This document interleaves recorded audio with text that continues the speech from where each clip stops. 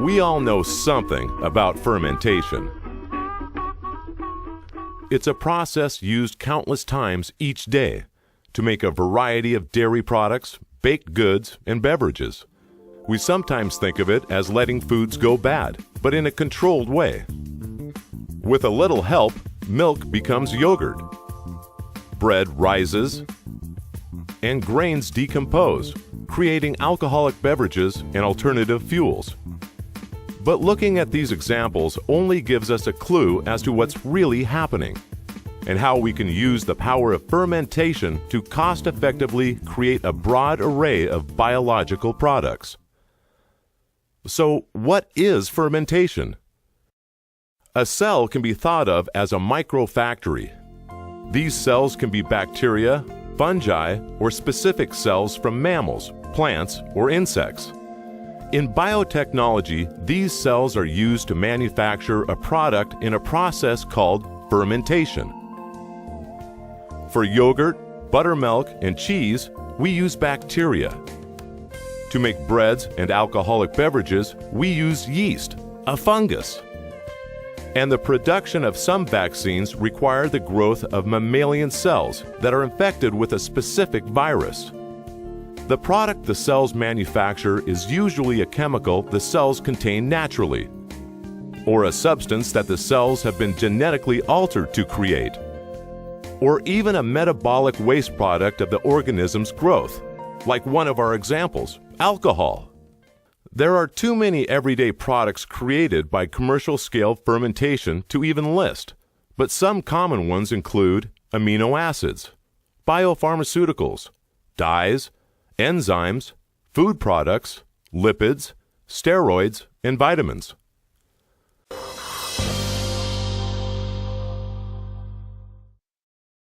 Fermentation is a reasonably simple process. A cell is selected based on its ability to produce the desired product.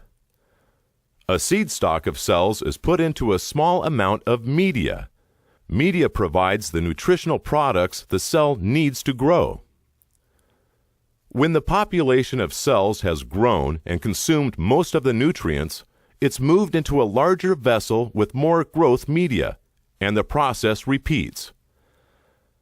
This scaling up is complete when the quantity of cells is large and healthy enough to transfer into a production vessel, often referred to as a bioreactor or fermenter.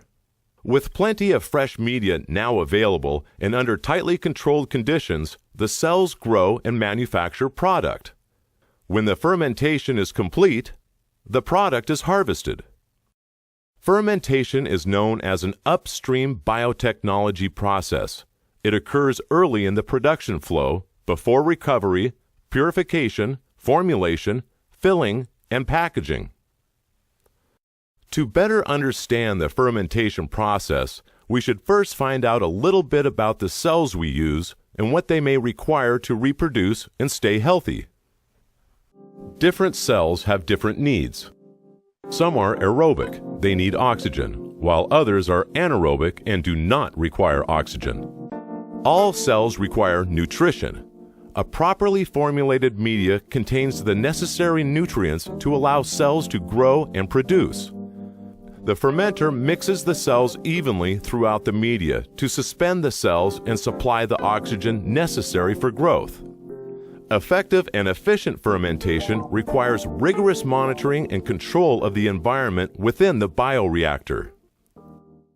Key factors include temperature, pressure, pH, which is a measure of how acidic or alkaline the media is, oxygen, usually measured as dissolved oxygen within the media, and nutrient levels.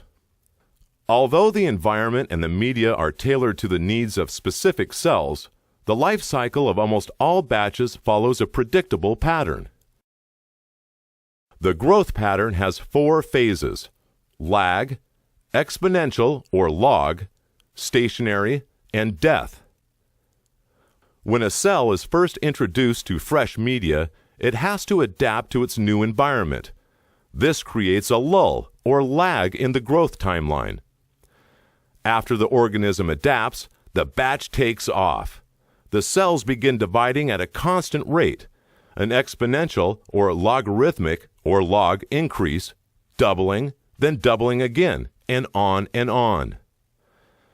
As the nutrients in the media are consumed, toxic metabolic waste products build up, cells begin to die, and growth slows.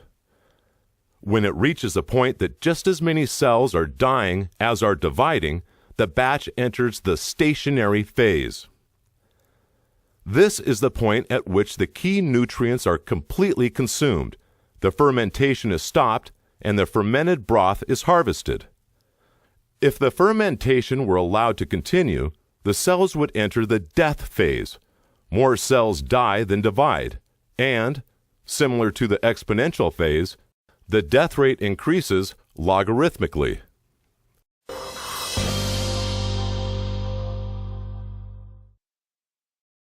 Now that we have a basic understanding of how fermentation works, let's look at an actual process and see how it all comes together.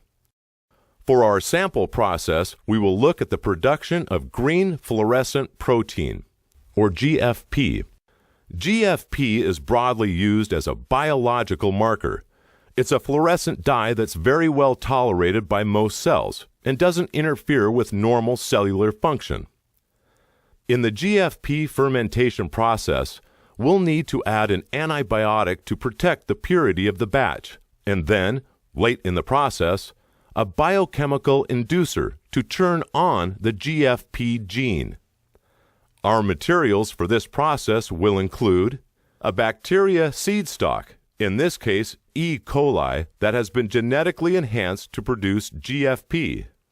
The basic ingredients for a compatible media, which include nutrients, stabilizers, an antibiotic, and an anti-foaming agent, and IPTG, which is the biochemical inducer that switches on the GFP gene.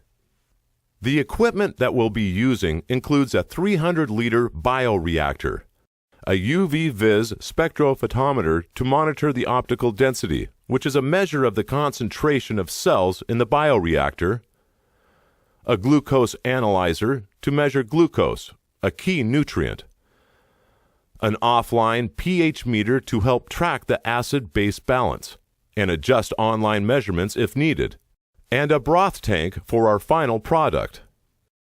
The bioreactor is equipped with a water jacket around the vessel to regulate temperature, and integrated sensors to monitor key environmental factors, including dissolved oxygen, pH, internal temperature, water jacket temperature, and vessel pressure.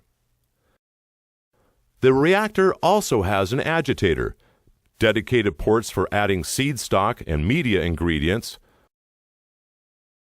separate ports for acid and base supplement, air filters for supply and exhaust, and valves for drawing samples and for harvesting. Most fermentation and monitoring functions can be managed from the bioreactor's dedicated process controller. Before the fermentation process can begin, the area must be prepared. Preparation includes removing equipment and material that won't be used in the process, cleaning and sanitizing the area and equipment, and sterilizing equipment as required by the SOPs, Standard Operating Procedures. Sterilization is used to eliminate unwanted microorganisms which can grow naturally in the fermentation media and process equipment. Also, all required materials and documentation should be gathered and prepared, and all process control software should be loaded and verified. The fermentation batch process will be guided and documented with the BPR, Batch Process Record. The batch record leads the operator through the process, step by step, with each step requiring a sign-off and separate verification. This record also includes spaces for documenting key times, activities, and instrument readings.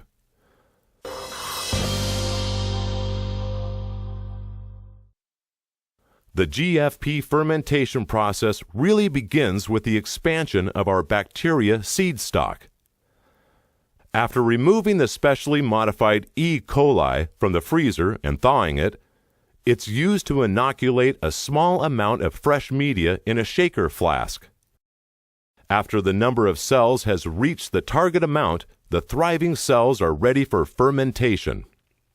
Meanwhile, in the fermentation area, operators begin with a complete check of all critical equipment. Valves, caps, and lines are checked. Hoses are tightened. Probes are verified and calibrated. And 10 kilograms of HPW, high-purity water, is added to the vessel. The bioreactor is brought up to normal process pressure and held there in order to check for leaks. The pressure is monitored over a 30-minute period. If a leak is detected, the problem is corrected and the test is run again. Once the reactor passes the test, we are ready to mix the media in the vessel. The agitator is turned on, and the ingredients are added. Yeast extract, tryptic soy broth, ammonium chloride, sodium biphosphate, monopotassium phosphate, and an anti-foam compound. Once all the initial ingredients are in, another 10 kilograms of high-purity water is added. All ports and valves are closed. All condensate valves are opened. And the bioreactor begins an SIP, sterilize in place cycle. The target for sterilization is 121 degrees Celsius for 30 minutes. As soon as the temperature climbs to the targeted temperature, the condensate valves are closed, and the SIP cycle completes automatically. Both the vessel and the media are now sterile, and we're ready to add the final ingredients to our media. The glucose hose is attached to the vessel, the connection is steamed to sterilize it, and the separately sterilized glucose antibiotic solution is pumped into the vessel. Then a manual pH reading of the media is taken, and the bioreactor is set up for its fermentation cycle. After the inoculation hose is connected to the reactor and steamed for 20 minutes, the expanded seed stock is pumped into the reactor containing the media. Fermentation now begins. The operator takes 0-hour readings and begins to regularly monitor batch temperature, agitator RPMs, dissolved oxygen levels, pH, vessel pressure, optical density, airflow rate, and glucose concentrations. Optical densities and glucose concentrations are of particular interest, so they're graphed as well as documented. When the targeted levels of glucose and optical density are achieved, it's time to add IPTG to the vessel to activate or turn on the expression of the green fluorescent protein in the cells. After allowing enough time for the cells to produce green fluorescent protein, usually 5 hours more, final readings are taken, and a sample is drawn to check the percentage of cell solids. The product is now referred to as broth. The broth, which contains spent media and cells, is complete when the key nutrient, glucose, is mostly consumed, and the batch has reached the desired concentration. The batch is then cooled down, pumped into a broth tank, and labeled with the batch number, volume, time, and date. The fermentation process is now complete. The harvested broth will now move downstream to the recovery process, where the cells will be ruptured to free the green fluorescent protein, and the protein will be separated from the other broth components.